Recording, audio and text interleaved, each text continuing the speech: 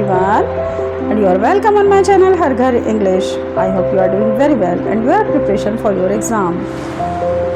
मेरे सभी UG and PG semester के एग्ज़ाम के स्टूडेंट्स जो कि मेरे चैनल के थ्रू इन वीडियोस से अपनी प्रिपरेशन कर रहे हैं, तो उनके लिए एक बहुत अच्छा यहाँ पर वीडियो अपलोड किए जा रहे हैं इस चैनल पर। आप सभी लोग इस वीडियो को और इस चैनल को ज़्यादा से ज़्यादा लाइक, सब्सक्राइब और शेयर करिए ताकि हमें मोटिवेशन मिले और हम आपके लिए इसी तरह एक अच्छे क्वेश्चन बना करके लेकर के आते रहें। फ़र्स्ट ऑफ़ ऑल मैं आपको ये चीज़ और यहाँ पर ध्यान दिला दूँ कि पूरे यूट्यूब चैनल पर इस तरह के लॉन्ग क्वेश्चन किसी भी चैनल पर आपके साथ डिस्कस नहीं किए जाते हैं जिस तरह से हम अपने चैनल पर ये लॉन्ग क्वेश्चन डिस्कस कर रहे हैं।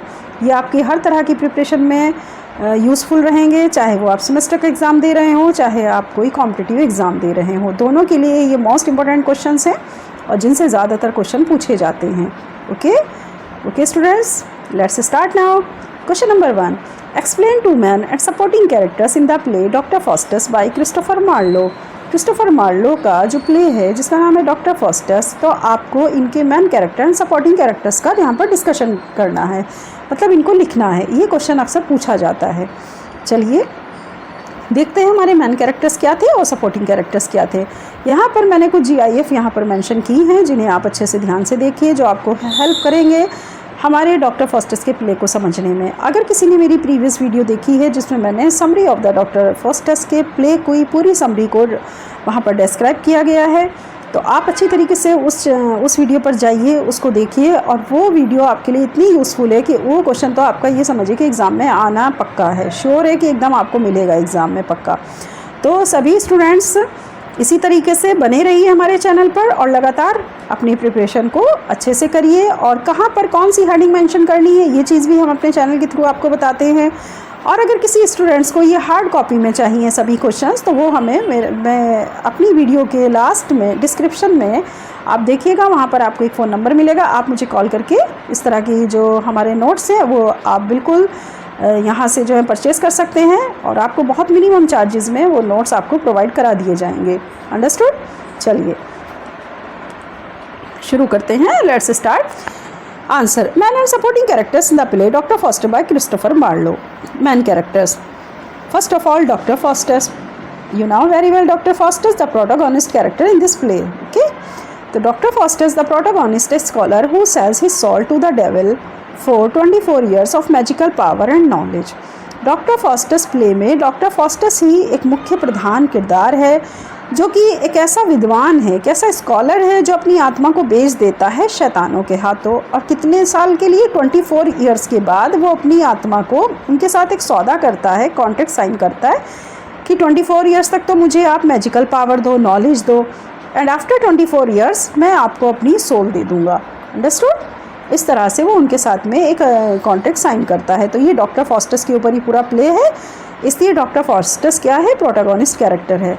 जिस बच्चे ने भी या जिस स्टूडेंट ने भी मेरी प्रीवियस वीडियो देखी होगी डॉक्टर फॉस्टस की समरी, उनको बहुत अच्छे समझ में आ रहा होगा कि मैं उन्हें किन कैरेक्टर से यहाँ पर मिलवा रही हूँ। नंबर 2 है मेफिस्टोफेल्स, ए डेमन हू सर्व्स लूसीफर।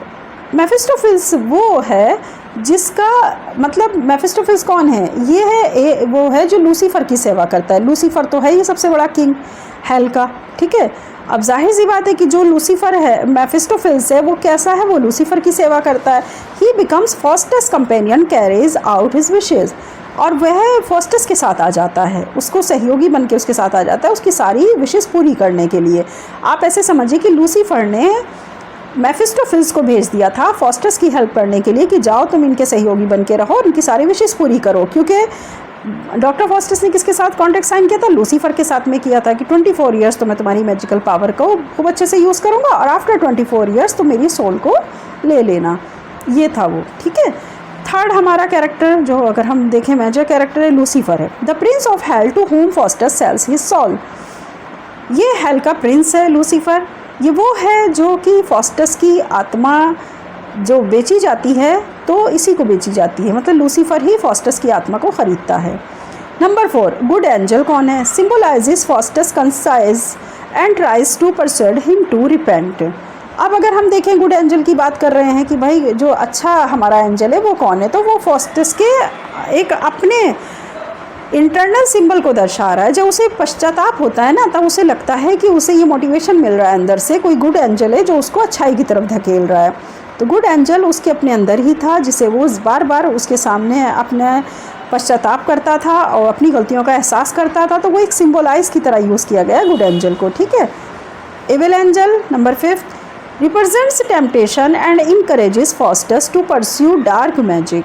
इविल एंजल कौन है? जो बुराई का साथ देता है, जो बुराई का है। जाहिर सी बात है, इविल एंजल है तो बुराई ही होगा, पाप का दूत है। तो वो हमेशा उसको क्या कर रहा है, उसको लालच देता है, हमेशा उसको कहता है कि नहीं नहीं तुम तो वापस लौट ही नहीं सकते, क्योंकि तुम मतलब उसको तो काफ़ी अपने ऊपर प्राउड हो गया था ना कि मुझे ब्लैक मैजिक भी आ गया है। तो कहीं ना कहीं फॉस्टस को काले जादू की ओर वो हमेशा आकर्षण बना के रखता है, उसे इनकरेज करता रहता है फॉस्टस को कि नहीं जो ब्लैक मैजिक है वो तुम्हारे बहुत काम का है और तुम उसके ही मतलब ये ब्लैक मैजिक की एक वजह से ही तुम आज इस मकाम पे पहुँचे हो। वो इस टाइप से करके उसको बुराइयों की तरफ धकेलता रहता है। सपोर्टिंग कैरेक्टर्स की बात कर लेते हैं। सपोर्टिंग कैरेक्टर्स कौन कौन है? 6 नंबर पे वैगनर। अब हमें देखना है कि हमारे वैगनर कौन है। वैगनर फॉस्टस लॉयल सर्वेंट, ये फॉस्टस का बहुत ही वफादार नौकर है। Who also learn some magical tricks from his master. तो वैगनर फॉस्टस का वफादार वो है नौकर, और वो उससे कुछ जादुई तरकीबें भी सीखता है। वैगनर कुछ जादुई चीज़ें सीखता है, किससे? फॉस्टस से सीखता है। 7 नंबर पे है वेल्डिस एंड कॉर्नेलियस। 2 मैजिशियन है who encourage Faustus to practice necromancy black magic. ये 2 जादूगर हैं जो फॉस्टस को इनकरेज करते हैं और बार बार ब्लैक जादू सीखने के लिए, काला जादू सीखने के लिए उसको प्रैक्टिस करवाते हैं और उसकी तरफ उसको हमेशा इनकरेज करते रहते हैं। तो वेल्डिस एंड कॉर्नेलियस 2 मैजिशियंस हैं। Number 8 the clown. क्लाउन कौन है? जिसका नाम है रॉबिन। तो अब आपको जानना पड़ेगा कि रॉबिन कौन है। जाहिर सी बात, इसके नाम से आपको लग रहा होगा कि ये एक कॉमिक कैरेक्टर है। A comic character who also experiment with magic for fun. ये कॉमिक कैरेक्टर है जो हमेशा अपने मैजिक के एक्सपेरिमेंट करता तो ज़रूर है, लेकिन मज़े के लिए करता है। उसका इरादा किसी को भी प्राउड फील नहीं होता उसको कभी भी अपने ऊपर, और ना ही दुनिया को परेशान करने के लिए वो करता है ब्लैक मैजिक का यूज़। वो सिर्फ इसलिए ब्लैक मैजिक एक्सपेरिमेंट करता है क्योंकि उसको मज़ा आता है। नंबर 9 है राफे। राफे कौन है? ए friend of robin involve in comic magical scenes. Rafe अगर हम देख रहे हैं तो रॉबिन का फ्रेंड है, जो कि जो भी वो कॉमिक मैजिकल मतलब सीन करता है तो उसमें वो रॉबिन के साथ हमेशा खड़ा रहता है। राफे रॉबिन का ही आप एक मित्र समझिए, या उसका एक फ्रेंड है जो कि जितने भी वो जादू अपने सीन दिखाएगा तो उसमें साथ साथ राफे भी रहेगा। 10 नंबर पे the 7 deadly since. The 7 deadly since मतलब 7 घातक पाप, ऐसे पाप जो कि बहुत ज़्यादा जान को जोखिम में डालने वाले थे। तो ये 7 कौन से पाप हैं? Personified character who are presented to Faustus by Lucifer. ये पापों को एकदम ऐसे दिखाया गया इन्होंने जैसे ये भी कोई इंसान हो, जबकि वो इंसान नहीं थे। वो सिन को ही क्या मान के चल रहे हैं, इसको पर्सोनिफिकेशन यूज़ कर रहे हैं, मतलब इसको साथ में सजीव की तरह बिहेव कर रहे हैं पापों को लेकर के। तो फॉस्टस लूसीफर के द्वारा फॉस्टस के सामने इन पापों को एक मानव का रूप दिया गया, एक मानवीकृत रूप में इसे पेश किया गया है फॉस्टस के सामने। तो ये है द 7 डेडली सिंस। 11 नंबर पे है द ओल्ड मैन। बूढ़ा आदमी कौन है? बूढ़ा आदमी वो है जो उसको समझाता रहता था हमेशा। Holy figure who tries to save Faustus soul in the final scene. ये एक बहुत ही पवित्र आदमी है या पवित्र फिगर है जो कि हमेशा कोशिश करता है फॉस्टस को बचाने की, उसकी आत्मा को बचाने की। फाइनल तक जाते जाते भी उसको बचाने की कोशिश करता है कि फॉस्टस के साथ कुछ भी गलत ना हो। अब क्योंकि फॉस्टस तो साइन कर चुका था भाई कॉन्ट्रैक्ट बॉन्ड पर, तो कैसे गलत ना होता। और 24 ईयर्स तक उसने मैजिकल जो ब्लैक मैजिक था उसका फ़ायदा भी उठाया था। तो जाहिर सी बात है फाइनल में तो फिर बुरा होना ही था। लेकिन ओल्ड मैन ने हमेशा उसको एक अच्छे सजेशन दिए, उसको बचाने की भी कोशिश की। उससे कहा भी कि तुम अपने पछतावे पर और अपनी माफ़ी मांग लो गॉड से, और गॉड की तरफ मुड़ जाओ और उससे जो है अपना पश्चाताप कर लो तो गॉड तुम्हें माफ़ कर देगा। लेकिन फॉस्टस ने ऐसा नहीं किया। तो ये ओल्ड मैन हैं जो उनको समझाते रहते थे। नंबर 2 पर है scholars. Friends of Faustus who represent reason and morality and are concern for his soul. ये कौन है भाई? ये भी एक तरह के स्कॉलर हैं, यानी एक बहुत बड़े विद्वान थे जो कि फॉस्टस के फ्रेंड थे। फॉस्टस के फ्रेंड हैं जो कि हमेशा उनको नैतिकता की बात बताते हैं, हमेशा उनको मॉरल लेसन सिखाते हैं और वो उसकी आत्मा को लेकर चिंतित भी रहते हैं, मतलब वो टेंशन में रहते हैं कि बताओ इसकी आत्मा का क्या होगा आफ्टर 24 ईयर्स। तो ये उनके फ्रेंड्स थे जिनका नाम ही स्कॉलर्स है, ये भी एक बहुत बड़े विद्वान हैं, लेकिन वो हमेशा नैतिकता को ही ज़्यादा वो करते हैं और बढ़ावा देते हैं, और प्लस फॉस्टस को भी नैतिकता की तरफ आने की बात करते हैं। 13 नंबर पे है द पोप। पोप कौन थे? Appears in a comic scene where Faustus play tricks on him. एक हास्य दृश्य दिखाया जाता है जिसमें फॉस्टस उस पर जादुई चालें चलता है। तो पोप वो है जिनका मजाक उड़ाता है ना फॉस्टस अपने उसमें, जब उसके पास ब्लैक मैजिक आ जाता है तो वो पोप का खूब भरपूर मजाक उड़ाता है। तो पोप वही है कि जिनका मजाक उड़ाता है फॉस्टस, और उनके ऊपर अपनी सारी जितने भी ब्लैक मैजिक थे उसके प्ले को ट्रिक जो है वो आजमाता रहता है उनके ऊपर में। तो ये पोप थे। 40 नंबर पे एम्परर चार्ल्स फिफ्थ। अब एम्परर चार्ल्स फिफ्थ की बात करें तो ये एक शासक है जो फॉस्टस को अपने दरबार में जादू दिखाने के लिए बुलाते हैं। तो a ruler who invites Faustus to perform magical demonstrations.